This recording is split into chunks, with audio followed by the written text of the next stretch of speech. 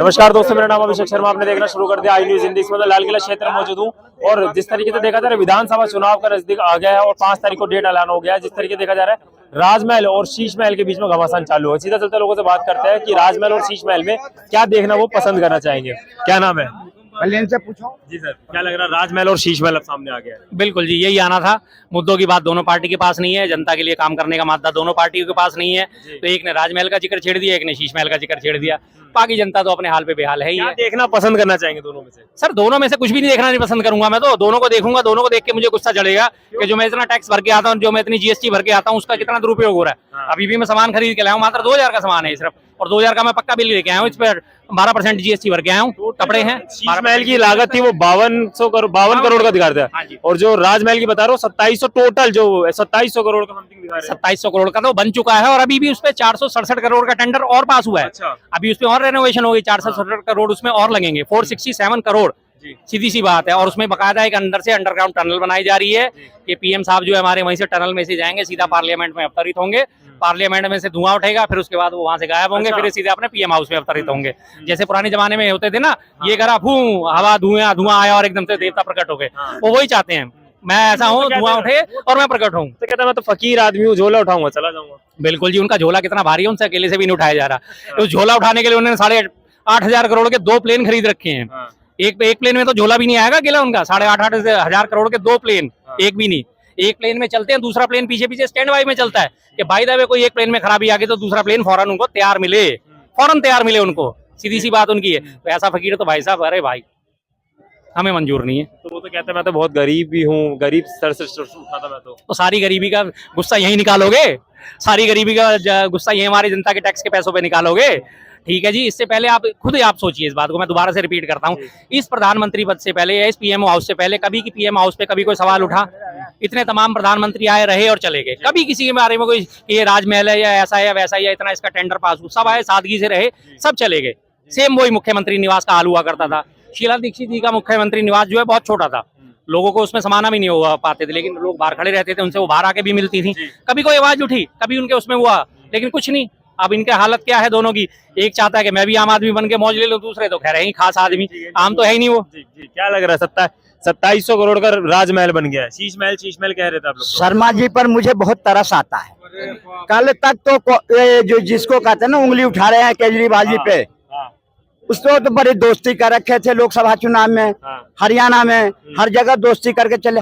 आज कौन सी ऐसी आफत आ गई जो आप कहते हो उसको कोस रहे हो? अरे हम तो कल भी कोसते थे आपको और आज भी कोसते हैं। अगर प्रधानमंत्री निवास में जो भी पैसा लग रहा है तो देश की संपत्ति है और देश के लिए, उसमें कोई 1 रुपये की धांधली नहीं हो रही है। 52 करोड़ में क्या उनका पैसा? अरे सुन लो ना, जो लग रहा है अगर उसने भी करा तो देश के लिए क्या है, लेकिन ये जो खाया है उसमें जो अंतर है, 7,000 करोड़ की एस्टीमेट, 7 करोड़ की एस्टीमेट और 8 करोड़ की परियोजना टेंडर और 52 करोड़ की हो गई। तो जो बीच के पैसे वो किसका है? शर्मा जी का है, हमारे आम जनता के है। भाई ये चीज गमन करने का अधिकार तुम्हें अगर है और तुम जो चोर मुसेरे भाई बन के देश को लूटे हो, वो तो झोला भारी होगा ही। वो भारी झोला है तभी तो आज झोला। आज सुनो, मैं कह रहा हूँ ना, आज मैं बता रहा हूँ ना, वो इतने झोला भारी था कि आज तक कांग्रेस उसको निकाल के खा रही है और खिला रही है गठबंधनों को।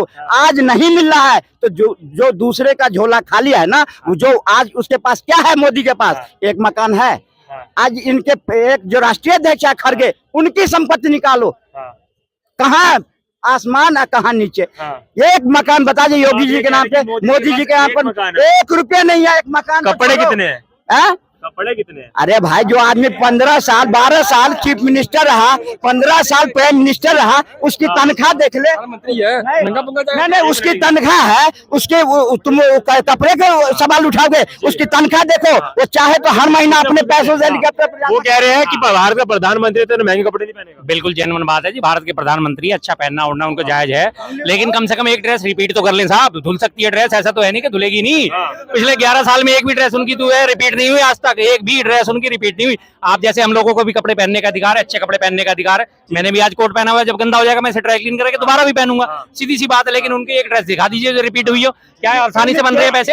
और एक मिनट उनके भाई साहब की मैं बात एक और सामान मिलता है भाई 200 से ना, वो दान कर देते हैं चट में। अच्छा। हाँ, वो अपने पर रखते नहीं है वो। अच्छा ठीक है, एक बात का जवाब देता हूँ। इनके गृह मंत्री रोज कपड़े बदले, गृह मंत्री जो सिलसिले ढंग से बम छूट रही थी दिल्ली में, तो शिवराज पाटिल जो था कपड़े बदलने में था, तब इनकी आवाज बोलती बंद थी। आज कुछ नहीं है। कहावत ऐसा ही कहावत है, जब आप केजरीवाल के मोफलर फटने लगा तो ये योजनाओं की जो झड़ी है, वो बौछार है, वो बटने लगा। अब दिल्ली की जनता देख रहा है।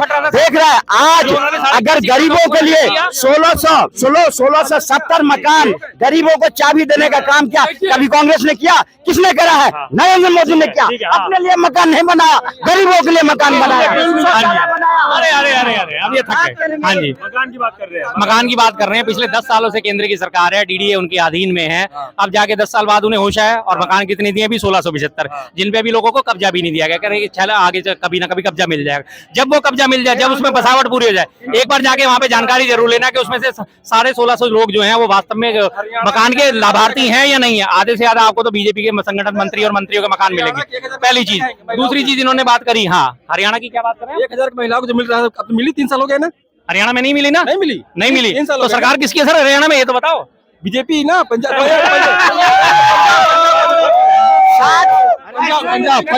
केजरीवाल ने पंजाब का बेड़ा गर्क कर दिया। सच्चाई ऐसे ही निकलती है ना मुंह से। और इन्होंने बात करी विश्व गुरु की, कि मोदी जी को इतना सम्मान मिलता है। हाँ जी, मोदी जी को सम्मान मिलता है, आपने ये बात करी। अब मोदी जी के सम्मान की सबसे बड़ी आपको दो उदाहरण देखो। एक मिनट रुक जाओ। मोदी जी का सम्मान आज 9 तारीख हो गई। अरे सुना ना करो यार, हम तो बात करेंगे। 60,000 मकान बन के तैयार है डीडीए का, केजरीवाल ने बांटने नहीं दे रहा है, योजनाएं लागू नहीं होने दे रहा है। और ये उनके सुर में सुर मिला करके यहाँ पर आज अगर आपने गरीबों को मकान दिए होते, गरीबों को शौचालय दिए होते, गरीबों को मकान दिए होते, गरीबों को शौचालय दिए होते, गांव में सड़क दिए होते, आप ये दुर्दशा नहीं होती जो हो रही है। और देश के 100 करोड़ लोगों के मन में यही है कि हमें योगी और मोदी चाहिए। ये बताइए, एक मिनट, 52 करोड़ गलत है और 2700 करोड़ सही है क्या? 52 करोड़ सुनो 52 कहे नहीं उन्होंने, हम 52 करोड़ पर भी सवाल नहीं उठाएंगे, 27 करोड़ पर नहीं। जो चोरी हुआ उस पर सवाल उठाएंगे। और यही चोरी कांग्रेस ने जीवन भर करी, जो आज नाली में पड़ा हुआ है। इस चोरी की चलो बात करते हैं। अब चोरी के अधिकार में सबसे पहले मैं आपसे बात करता हूँ। दिल्ली में मेरे द्वारका एक्सप्रेस वे पे टेंडर पास हुआ 18 करोड़ रुपए पर किलोमीटर का। कंस्ट्रक्शन कॉस्ट क्या लगाई उन्होंने टेंडर की? 250 करोड़ रुपए पर किलोमीटर। 250 करोड़, 232 करोड़ का सीधा घोटाला। उस पर कोई जवाब देंगे? सीएजी ने उसकी रिपोर्ट ले आई, सीएजी के 7 अधिकारी जो है उनको ट्रांसफर ही कर दिया। अब इन्होंने बात करी कि 1675 मकान दिए हैं।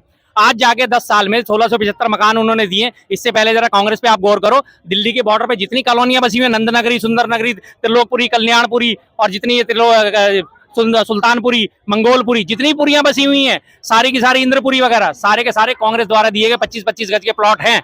प्लॉट का मतलब ये है कि जड़ समेत उन्हें दिया गया था। उन्हें फ्लैट बना के 2 कमरों का नहीं दिया गया था। उनकी काउंटिंग कर लो, 1675 उनके आगे कहां बैठते हैं भाई? लाखों लोग आज उसमें रह रहे हैं, लाखों लोग। और तभी उनके लिए सारी व्यवस्था करी है। तो हर उसमें गली में पार्क फेसिंग गली है, इधर आप रहोगे तो पार्क भी आपको मिलेगा आगे चल के। क्या लग रही है जो राजमहल और शीश महल का मुद्दा छिड़ा है, कहीं ना कहीं विधानसभा में चुनाव को जनता को भटकाना है? इन जैसे लोग तो भटक जाएंगे साहब, ये तो खुश हो चुके हैं। इन्होंने तो बार बार अनियमितता।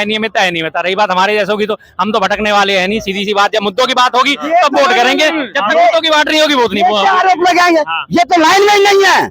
अगर लाइन में भी है, कॉन्टेस्ट में भी है, तो भाजपा है। और डर रहा है केजरीवाल। आप देखे होंगे मीडिया पर चल रही है कि केजरीवाल 2 जगह से चुनाव लड़ रहा है। कहाँ है वो? लाइन में नहीं है। 4% वाला की कोई कीमत है? दूर तक नहीं दिखा, दूर तक कांग्रेस नहीं दिख रहा है। इसलिए इनकी ये भाषा है। अरे अपने गिराबान में झांक के देखो, जो कॉमन गेम के घोटाला कितने हुए थे, और कॉमन गेम के कितने की बनी थी एस्टीमेट, और कितने पर टेंडर हुआ था। आप किस मुंह से दिखा रहे हो? जिंदगी भर आपने हिंदुस्तान को लूटे। बोफर्स घोटाला है, 2G घोटाला है, कोयला घोटाला है, और सुन लो लास्ट में आई जीजाजी घोटाला है। हरियाणा में जीजाजी घोटाला है। हवाला कांड तो आप भूल ही गए। हवाला कांड क्या था सुनिए आप। हवाला कांड में इधर इस वक्त देखिए चुनाव है, और चुनाव में मसला राजमहल शीश महल का नहीं है। इस वक्त महंगाई है, महंगाई, बेरोजगारी, भ्रष्टाचार और गरीब। और देखिए हर पार्टी का जो भी खड़ा होता है उसका उद्देश्य चुनाव जीतना होता है। जिताएंगे ये बताइए दिल्ली में? हैं? दिल्ली में किसको जिताएंगे? दिल्ली में इस वक्त दिल्ली में ट्राइंगुलर त्रिकोणीय मुकाबला, इसलिए कुछ नहीं कहा जा सकता। लेकिन मैं दिल्ली वासियों से कहता हूँ कि दिल्ली वासी अपने वोट की कीमत को पहचानो और जो इंफ्रास्ट्रक्चर है उसको मजबूत बनाने के लिए भारत को विश्व की सबसे बड़ी ताकत बनाओ।